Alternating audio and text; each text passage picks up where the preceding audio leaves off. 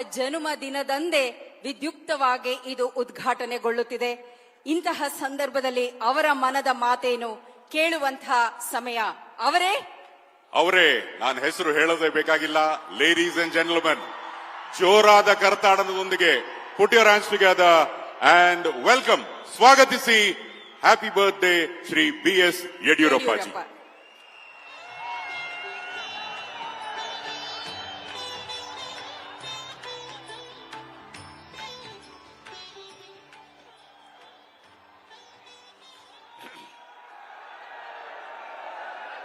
बोलो भारत माता के.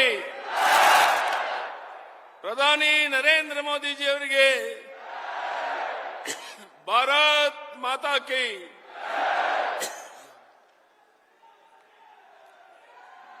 ಇಡೀ ವಿಶ್ವವೇ ಮೆಚ್ಚಿರುವಂತ ಒಬ್ಬ ಆದರ್ಶ ನಾಯಕ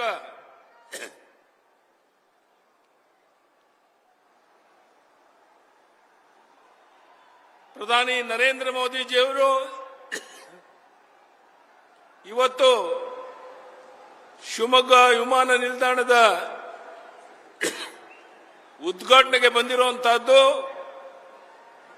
ನಮಗೆ ಅತ್ಯಂತ ಸಂತಸ, ಸಂಭ್ರಮ, ಆನಂದ ತಂದಿದೆ.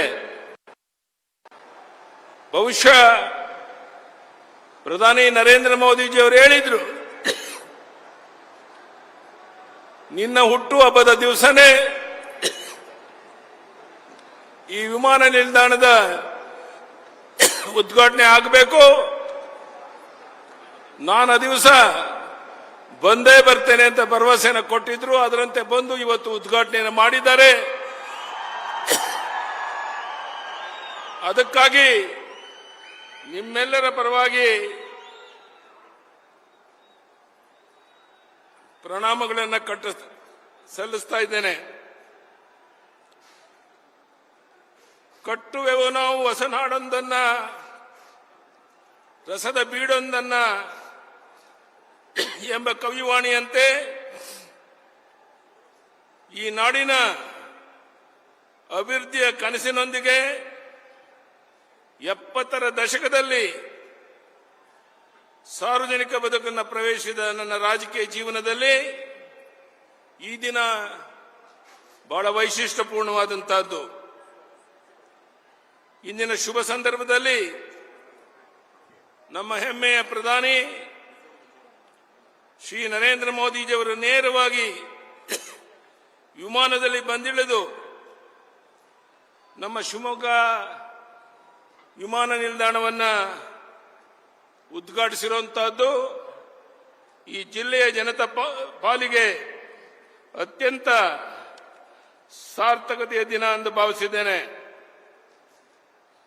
ಇದೊಂದು ಬರೀ ವಿಮಾನ ನಿಲ್ದಾಣವಲ್ಲ, ಬದಲಿಗೆ ಇಡೀ ಮಲೆನಾಡಿನ ಹಲವಾರು ಕನಸುಗಳು ನನಸಾಗ್ತಿರುವಂತ ಶುಭ ಸಂಕೇತ. ಇಂದಿನಿಂದ ಅಭಿವೃದ್ಧಿಯ ವೇಗ ಮತ್ತಷ್ಟು ವೇಗ ಪಡೆದು ಆಗಸದ ಎತ್ತರಕ್ಕೆ ಏರುವ ಶುಭ ಸೂಚನೆ ಅಂತ ನಾನು ಹೇಳ್ತೇನೆ. ಶಿವಮೊಗ್ಗ ಜಿಲ್ಲೆ ಜನ, ಅದರಲ್ಲೂ ಶಿಕಾರಿಪುರ ತಾಲೂಕಿನ ಜನ ನನಗೆ ಧೈರ್ಯವನ್ನು ತುಂಬಿ ಶಾಸಕನನ್ನಾಗಿ ಮಾಡಿ ಈ ನಾಡಿನ ಜನರ ಸೇವೆ ಮಾಡುವಂತ ಅವಕಾಶ ಮಾಡಿಕೊಟ್ಟಂತಹದ್ದು ನರೇಂದ್ರ ಮೋದಿಜಿಯವರ ಆಶೀರ್ವಾದದಿಂದ ಸಂಸತ್ ಸದಸ್ಯನಾಗಿ, ವಿಧಾನ ಪರಿಷತ್ತಿನ ಸದಸ್ಯನಾಗಿ, ವಿಧಾನಸಭೆಯ ಸದಸ್ಯನಾಗಿ, ಮುಖ್ಯಮಂತ್ರಿಯಾಗಿ ಕನ್ನಡ ನಾಡಿನ ಜನರ ಸೇವೆ ಮಾಡುವಂತ ಸೌಭಾಗ್ಯ ನನಗೆ ಸಿಕ್ಕಿರುವಂತಹದಕ್ಕೆ ಈ ನಾಡಿನ ಜನತೆಗೆ ಋಣಿಯಾಗಿದ್ದೇನೆ. ಬಹುಶಃ ಸಂಸತ್ ಸದಸ್ಯರಾದಂತಹ ರಾಘವೇಂದ್ರ ಅವರ ವಿಶೇಷ ಪ್ರಯತ್ನದಿಂದ ಈ ವಿಮಾನ ನಿಲ್ದಾಣ ಆದಷ್ಟು ಬೇಗ ಆಗಿದೆ ಅಂತೇಳಿ ಹೇಳೋದಕ್ಕೆ ನಾನು ಹೆಮ್ಮೆ ಪಡ್ತೇನೆ. ಬಂಧುಗಳೇ, ನಾನು 2014ರಲ್ಲಿ ಮೋದಿಜಿಯವರ ಒತ್ತಾಸೆಯ ಮೇರೆಗೆ ಶಿವಮೊಗ್ಗ ಲೋಕಸಭೆಗೆ ನಿಂತಾಗ 3,65,000ಕ್ಕೂ ಹೆಚ್ಚಿನ ಅಂತರದಿಂದ ಗೆದ್ದು ಬಂದು ನಿಮ್ಮ ಸೇವೆ ಮಾಡುವಂತ ಅವಕಾಶವನ್ನ ಮಾಡಿಕೊಟ್ಟಿದ್ರು. ಬಂಧುಗಳೇ, ತಮಗೆಲ್ಲ ಗೊತ್ತಿದೆ, 55 ವರ್ಷದ ರಾಜಕೀಯ ಜೀವನದಲ್ಲಿ ನಾನು ಅಧಿಕಾರದಲ್ಲಿದ್ದದ್ದು ಕೇವಲ 7 ವರ್ಷ ಮಾತ್ರ. 7 ವರ್ಷಗಳಲ್ಲಿ ನಾಡಿನ ಉದ್ದಗಲಿಗೆ ಓಡಾಟ ಮಾಡಿ ಸರ್ವರಿಗೂ ಸಮಪಾಲು ಸಮಬಾಳು ಸಾಮಾಜಿಕ ನ್ಯಾಯ ಇದರ ಆಧಾರದ ಮೇಲೆ ಕೆಲಸವನ್ನು ಮಾಡಿದ್ದೇನೆ. ಅದಕ್ಕೆ ಮೋದಿಜಿಯವರ ಆಶೀರ್ವಾದ ಕಾರಣ ಅಂತ ಹೇಳಕ್ಕೆ ಇಚ್ಛೆ ಪಡ್ತೇನೆ. ಕರ್ನಾಟಕವೆಂದರೆ ಶರಣರ ನಾಡು. ಸನ್ಮಾನ್ಯ ಪ್ರಧಾನಿ ನರೇಂದ್ರ ಮೋದಿಜಿಯವರಿಗೆ ಅಭಿವೃದ್ಧಿ ಪ್ರೇರಣೆ ನಮ್ಮ ಕರ್ನಾಟಕ. ಕಾಯಕವನ್ನು ಕೈಲಾಸವೆಂದು ಸಾರಿದ ಬಸವಣ್ಣನ ನಾಡು. ಈ ಕಾರಣಕ್ಕಾಗಿ ಕರುನಾಡಿನ ಬೆಳವಣಿಗೆಗೆ ನಮ್ಮ ಪ್ರಧಾನಿಯವರು ವಿಶೇಷ ಆಸಕ್ತಿಯನ್ನು ವಹಿಸಿದ್ದಾರೆ. ಅವರ make in India, skill India ಯೋಜನೆಗಳಿಗೆ ಪ್ರೇರಣೆ ನೀಡಿದ್ದು ಅಣ್ಣ ಬಸವಣ್ಣನವರ ಕಾಯಕ ತತ್ವ. ದೇಶೀಯ ಉತ್ಪನ್ನಗಳಿಗೆ ಶಕ್ತಿ ತುಂಬುವ ಪ್ರೇರಣೆಯ ನಾಡು ನಮ್ಮ ನಾಡು. ಸನ್ಮಾನ್ಯ ಪ್ರಧಾನಿ ನರೇಂದ್ರ ಮೋದಿಜಿಯವರು ವಿಶ್ವದ ಯಾವುದೇ ಮೂಲೆಗೆ ಹೋದರೂ ಬಸವಣ್ಣವರ ತತ್ವವನ್ನು ಉಲ್ಲೇಖಿಸಿ ಬರ್ತಾರೆ. ಇದು ನಮ್ಮ ನಾಡಿನ ಹೆಮ್ಮೆ ಅಂತ ಹೇಳಕ್ಕೆ ಇಚ್ಛೆ ಪಡ್ತೇನೆ. ಇಂದಿನ ಕಾರ್ಯಕ್ರಮವನ್ನು ನೋಡಿದಾಗ ನನಗೊಂದು ಘಟನೆ ನೆನಪಾಗುತ್ತೆ. ನವೆಂಬರ್ 2005ರಲ್ಲಿ ನಮ್ಮ ಮಾಜಿ ರಾಷ್ಟ್ರಪತಿಗಳಾದಂತಹ APJ ಅಬ್ದುಲ್ ಕಲಾಂ ಅವರು ಕರ್ನಾಟಕದ ವಿಧಾನಸಭೆಯ ಜಂಟಿ ಅಧಿವೇಶನದಲ್ಲಿ ಪುರಾ ಅಂದರೆ provision of urban amenities in rural areas ಎಂಬ ಯೋಜನೆಯ ಅವಶ್ಯಕತೆ ಬಗ್ಗೆ ಸವಿಸ್ತಾರವಾಗಿ ಮಾತನಾಡಿದ್ರು. ಪಟ್ಟಣದಲ್ಲಿ ದೊರೆಯುವಂತಹ ಸವಲತ್ತು ಗ್ರಾಮೀಣ ಭಾಗಕ್ಕೂ ಸೇರಬೇಕು ಅನ್ನೋದವರ ಅಪೇಕ್ಷೆ ಇದ್ದು, ನಮ್ಮ ಡಬಲ್ ಎಂಜಿನ್ ಸರ್ಕಾರ ಎಲ್ಲ ರೀತಿಯ ಸೇವಾ ಸವಲತ್ತುಗಳನ್ನು ಗ್ರಾಮೀಣ ಭಾಗಕ್ಕೆ ಜೋಡಿಸುವ ಪ್ರಯತ್ನದಲ್ಲಿ ನಮ್ಮ ಪ್ರಧಾನಿಗಳ ನೇತೃತ್ವದಲ್ಲಿ ಈ ರೀತಿಯ ಅಭಿವೃದ್ಧಿ ಅತ್ಯಂತ ಯಶಸ್ವಿಯಾಗಿ ನಡೆಯುತ್ತೆ. Sir, generally I am not interested in celebrating birthdays, but when my 60th birthday was organized at Bangalore, Shri Atal Bihari Vajpayee ji graced the event and said that he generally does not attend any such birthday events, but mine was an exception. I still cherish that fond memory, sir. And today, yet again, my 80th birthday is also memorable because of you. Your precious time was allocated to inaugurate historical projects which Shumaga district never witnessed since independence. Modi ji, I also want to share you a piece of information that Jnanapida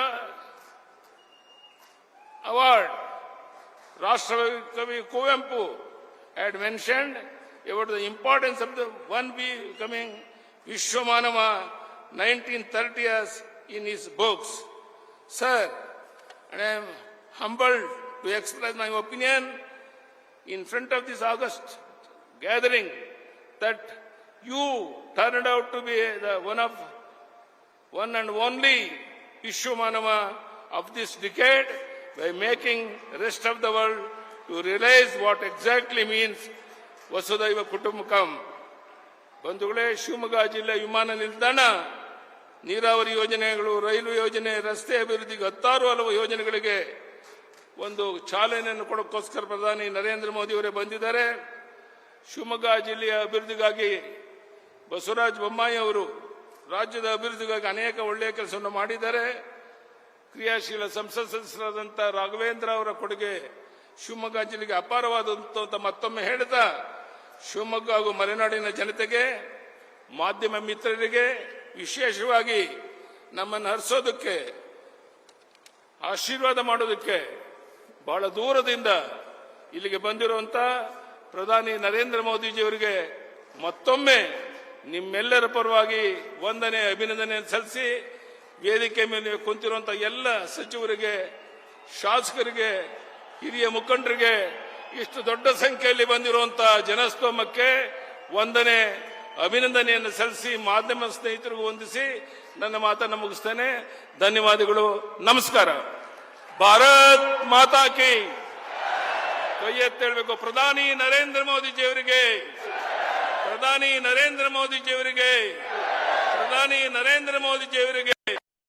Bharat Mata Ki. Well, ladies and gentlemen, it's indeed a matter of great pride that the Honorable Prime Minister himself has stood and congratulated the great leader, mass leader, Shri B.S. Yediyurappa ji. ನೀವೆಲ್ಲರೂ ಒಂದ್ಸಲ ಜೋರಾದ ಕರ್ನಾಟಕದೊಂದಿಗೆ put your hands together and let's all thank Shri B.S. Yediyurappa ji for his leadership and dynamic leadership.